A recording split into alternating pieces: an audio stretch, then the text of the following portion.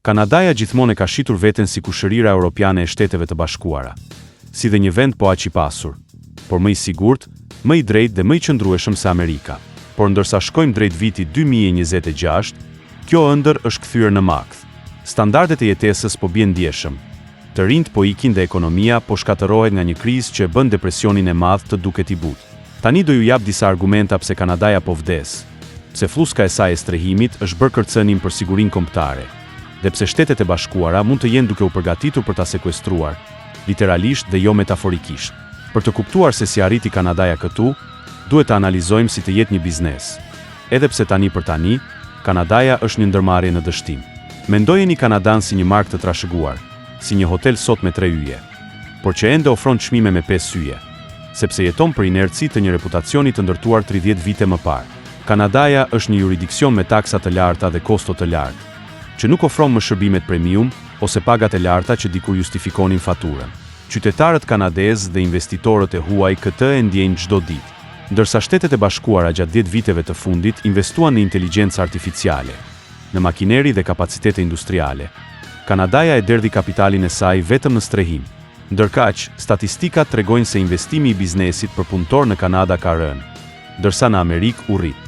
Punëtorët amerikanë sot janë gati 30% më produktiv se homologët e tyre kanadezë. Jo sepse kanadezët janë dembel, por sepse nuk u janë dhënë mjetet. Nuk mund të ndërtosh një ekonomi moderne kur kapitali yt është i lidhur me spekulime, me tulla dhe truall, në vend të softwareve, kërkimit dhe makinerive. Por problemi është edhe më i thellë se lloji i investimit. Është problem strukturor gjithashtu. Ekonomia e Kanadas është mbytur nga ato që mund të përshkruhen vetëm si oligopole të mbrojtura nga shteti. Në një treg të shëndetshëm, konkurenca ul çmimet dhe rrit cilësinë. Në Kanada, sektorët kryesor si bankat, telekomunikacioni dhe zinxhiri ushqimor veprojnë si kartele të mbrojtura. Marrim për shembull telekomunikacionin, kanadezët paguajnë disa nga çmimet më të larta në botë, afërsisht 7 herë më shumë se australianët dhe shumë më tepër se konsumatorët në Finland. Ose ushqimet, vërejmë se një grusht firmash kontrollojnë afro 80% të tregut.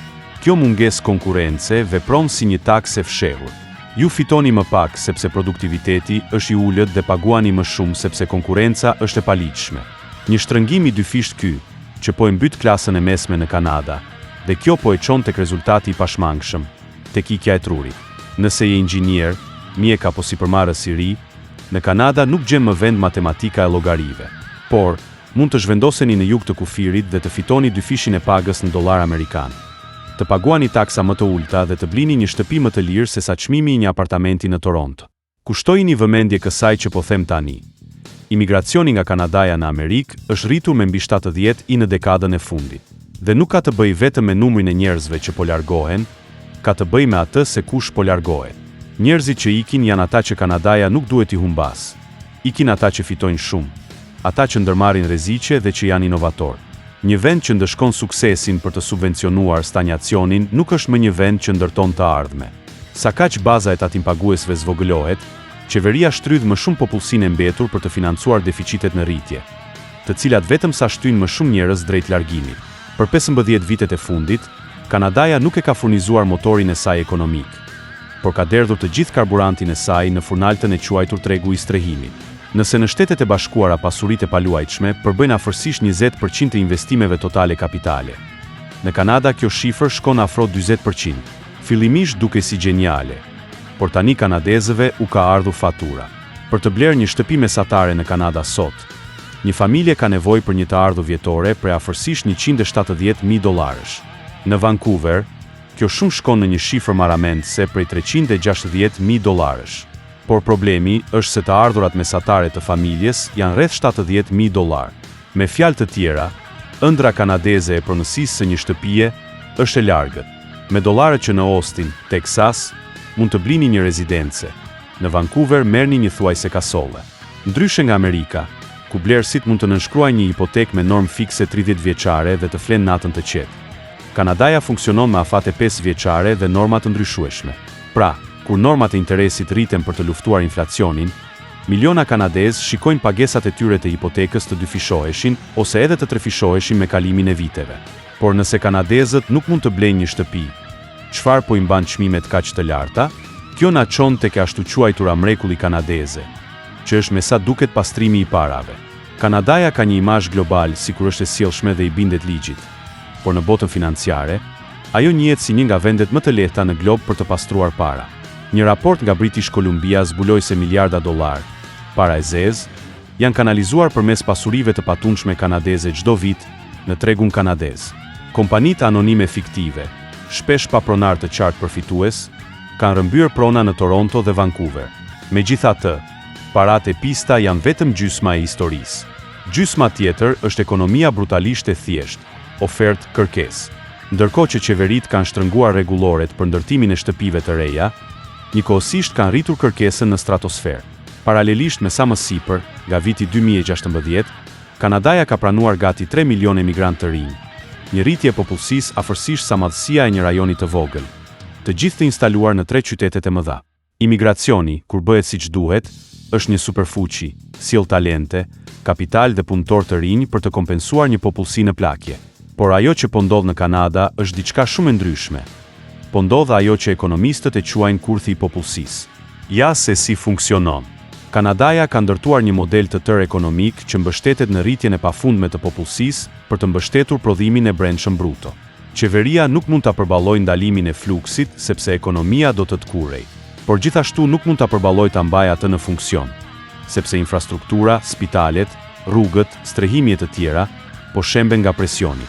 Dhe dëmi i vërtet shfaqet në të dhënat e produktivitetit. Kur e përmbytni një ekonomi me njerëz, por nuk rrisni investimet në biznes, merrni atë që ekonomistët e quajnë hollim të kapitalit. Po shpërndahet i njëjti stok fabrikash, makinerish dhe softwaresh tek gjithnjë e më shumë punëtor.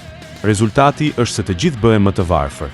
Prodhimi për frymë ngec, pagat kuren dhe standardet e jetesës bien. Ndërsa premtimi për tërheqjen e punëtorëve të kualifikuar nuk është realizuar kurrë. Korporatat e kuptuan shpejt se mund të anashkalonin plotësisht tregun vendas të punës duke shfrytëzuar programin e punëtorëve të huaj të përkohshëm dhe boshllëqet me viza studentore. Kjo i ka dhënë shkas një industrie të tërë të nëndeshme, ku konsulentët dhe pronarët e bizneseve ushesin oferta pune të huajve të dëshpëruar, sepse ajo punë është bileta e tyre për qëndrim të përhershëm. Bizneset postojnë lista fantazma në faqe të panjohura interneti për të provuar se nuk mund të gjejnë një kanadez. Pastaj punsojnë në heshtje punëtorin e huaj dhe kështu biznesi merr krah pune të lirë. Dhe të riut kanadez që kërkon një punë, i thuhet se nuk ka vende të lira pune. Kombet e Bashkuara kanë shkuar deri aty sa e kanë etiketuar sistemin e punëtorëve të huaj të përkohshëm të Kanadas si një vend për formimin e metodave moderne të skllavërisë, dhe është e vështirë ta kundërshtosh këtë vlerësim. Vlen t'ju kujtoj tani se historikisht, një nga parashikuesit më të besueshëm të trazirave civile në një vend është teprica e të rinjve pa perspektiva ekonomike. Në Kanada sot, ka një teprit statistikisht të konsiderueshme në grupmoshën 20 deri në 29 vjeç, sidomos për meshkuj, që nuk gjen dot punë të qëndrueshme. Nuk mund të përballojnë strehim, nuk mund të krijojnë familje dhe nuk shikojnë asnjë rrugë për të përputhur me standardet e jetesës së prindërve të tyre. Teprica e njerëzve pa perspektivë është recetë për një revolucion. Ndërkohë leadershipi politik ka qenë i zënë duke menaxhuar fasadën në vend të vetë krizës. Marka afashionante Justin Trudeau u bë toksike më në fund dhe vendi i dëshpëruar kërkoi ndryshimin në menaxhim. Hyri në lojë Mark Carney, një ish bankier që u shit si i rituri në sallon, si teknokrati që do të rikthente besueshmërinë në Ottawa dhe do të zvoglonte deficit. Por, pavarësisht premtimeve, administrata Carney ka një deficit i dyti më i madh në historinë kanadeze. Është ky nivel keqmenaxhimi që i ka shtyrë ekonomistët të përshpërisin një emër që tmeron këdo, që lidhet me kujtime nga historia dhe është emri i Argjentinës. Një shekull më parë, Argjentina ishte ndër vendet më të pasura në tokë. Ishte Kanadaja e Jugut, por dekada të tëra politikash të këqija proteksionizmi dhe borxhi e shndëruan atë në një vend që kalonte nga kriza në krizë. Kanadaja tani po ndjek me shpejtësi të njëjtën trajektore të Argjentinës dikur. Në një raport të publikuar para pak kohë, Policia Federale paralajmëroi për trazira të mundshme civile. Sapo publiku të kuptoj plotësisht se brezi i ardhshëm do të jetë përgjithmonë më i varfër se prindërit e tyre dhe nëse parat mbarojnë, vetë vendi mund të fillojë të përçajë. Konfederata Kanadeze mbahet e bashkuar nga pagesat e ekuilibrit për barazi. Do me thënë nga transfertat masive nga provincat më të pasura si Alberta, në ato më të varfra si Quebeku. Por çfarë ndodh kur provincat e pasura falimentojnë ose thjesht refuzojnë të vazhdojnë të paguajnë? Ndodh ajo që po ndodh në provincën Alberta, ku banorët po kërkojnë të shkputen nga Kanadaja dhe të bashkohen me Shtetet e Bashkuara të Amerikës. Dhe nëse qeveria federale humbet aftësinë e saj për të mbajtur provincat e saj, harta e Amerikës së Veriut mund të duket shumë ndryshe në dekadat e ardhshme. Por problemi më i madh i Kanadas mund të mos jetë më në Otavë. Problem madhor është peshkaqeni që rrotullohet në Washington DC. Një vend i dobët i ndar është një vend i prekshëm dhe nën administratën e re amerikane. Epoka e fqinjit miqësor po mbaron qartë. Po shohim aktivizimin e asaj që strategjia e sigurisë kombëtare të Shteteve të Bashkuara e quan konkluzioni Trumpit. Një mesazh i hapur se hemisfera perëndimore i përket Shteteve të Bashkuara dhe se konkurrentët jo hemisferik nuk janë të mirëpritur. Për ta zbatuar këtë, Washingtoni ka përdorur një topuz në marrëdhënie tregtare. Tarifat e vendosura në vitin 2025 nuk ishin vetëm një mosmarrëveshje tregtare. Ishin luftë ekonomike, sepse kur 75% e eksporteve tuaja shkojnë tek një klient i vetëm dhe ai klient vendos t'ju shtrydh, nuk ka hapësirë për negociata. Kjo është gjendje pengu. Retorika që del nga shtëpia e bardhë është zhvendosur nga proteksionizmi në diçka që tingëllon dyshueshëm si aneksim. Shakat për Kanadan që do të bëhet shteti i 51 fillimisht u morën me të qeshur. Por kur shikon shkallën e presionit ekonomik që po ushtrohet mbi Kanadan, nuk është më për të qeshur. Ndërsa Shtetet e Bashkuara mund të mos e duan ekonominë e Kanadas të shkatëruar. Ato sigurisht që duan asetet e saj. Kanadaja ndodhet në disa nga rezervat më të mëdha në botë të mineraleve kritike, litiumit, kobaltit, grafitit dhe metaleve të ralla, apo edhe naftës. Shkurt e thënë, për Trumpin, Kanadaja zëvendëson Kinën në treg, dhe ku Washingtoni shikon nga veriu dhe sheh një vend me burime. Por jo me vullnetin politik për t'i nxjerrë ato, Kanadaja fillon të duket më pak si një aleat dhe më shumë si një bar. Gjë që e bën ultimatumin e Washingtonit dhimbshëm edhe më të qartë. Cili mund të ishte plani i përmbjetesë? Kanadaja është në rrugën e duhur për të bërë një vazoj Shteteve të Bashkuara, ose më keq, një koleksion i përçar provincash. Por nuk ka pse të përfundoj kështu, sepse pavarësisht gjithë zymtësisë dhe territ, Kanadaja ende mban letra me peshë në dorë. Kanadaja ka rezervat e katërta më të mëdha të naftës në botë. Ka uranium për të ushqyer rilindjen bërthamore. Ka minerale kritike të nevojshme për revolucionet e inteligjencës artificiale dhe ka një popullsi shumë të arsimuar, që aktualisht po shpërdorohet duke ngarë Uber dhe duke spekuluar me pasuri të paluajtshme. Pra, rruga për të dalë nga ky ngërç nuk është një mister. Thjesht kërkon vullnet politik për të bërë 3 gjëra që Otava i ka shmangur për më shumë se një dekadë. Së pari, të çlirojë energjinë. Kanadaja mbar triliona metra kub gaz natyror që Evropa dhe Azia Mezi presin ta blejnë. Por për shkak të burokracisë dhe refuzimit për të ndërtuar tubacione deri në Bregdet, ky gaz është praktikisht i bllokuar. Së dyti, të shkatërrojë oligopolet. Kriza e kostos së jetesës në Kanada është kryesisht artificiale. Është produkt i karteleve të mbrojtura nga qeveria në sektorin bankar, telekomunikacion dhe ushqim. Nëse Otava do t'i hapte këto tregje për konkurrencë të vërtetë, çmimet do të binin dhe produktiviteti do të rritej. Dhe së treti, marrëveshja e madhe, ky është opsioni më i dhimbshëm, por mund të jetë vetmja mënyrë për t'i mbjetuar administratës Trump. Kanadaja duhet të përdorë mineralet e saj kritike si levë. Loja këtu është integrimi strategjik. Kanadaja i garanton Trumpit qasje të sigurt preferenciale në këto minerale dhe largon minatorët komunist kinez. Në këmbim, Washingtoni heq tarifat dhe angazhon kapital për të ndërtuar objekte për punimin në Kanada dhe jo në Teksas. Ky është një kompromis i sovranitetit përmbjetesë. Nëse Kanadaja mund ta bëjë këtë ndryshim, të shndërrohet nga një kazino pasurish të paluajtshme në një fuqi industriale.